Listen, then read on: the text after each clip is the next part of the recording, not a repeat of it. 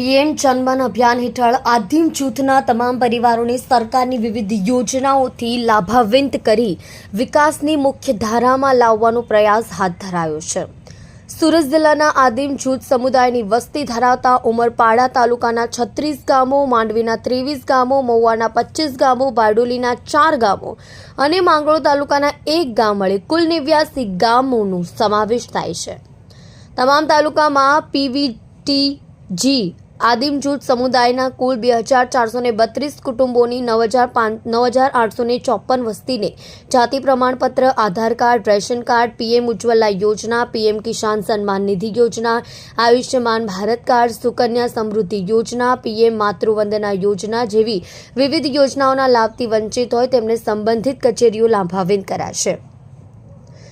જિલ્લા collector doctor Saurabh પારઘીએ જણાવ્યું હતું કે પીએમ જનમન કાર્યક્રમ હેઠળ સુરત જિલ્લામાં મહુવા, ઉમરપાડા, માંડવી, બારડોલી તાલુકામાં વસતા કોટવાળિયા, કાથોડિયા અને કોલધા જેવા આદિમ જૂથોનો સમાવેશ થાય છે। ખાસ કરીને નબળા આદિવાસી જૂથ પીવીટીજીના લાભાર્થીઓના જીવનશૈલીમાં સુધાર કરવાના ઉમદા આશય સાથે આદિમ જૂથની વસ્તી ધરાવતા ગામોમાં જનજાગૃતિ આઈસીસી પ્રવૃત્તિઓ હાથ ધરી આદિમ જૂથોને જાગૃત કરી યોજનાના લાભ હેઠળ આવરીને 100% સંતૃપ્તિ હાંસલ કરવા માટે સુરત જિલ્લા વહીવટીતંત્રએ પ્રયાસો હાથ ધર્યા છે।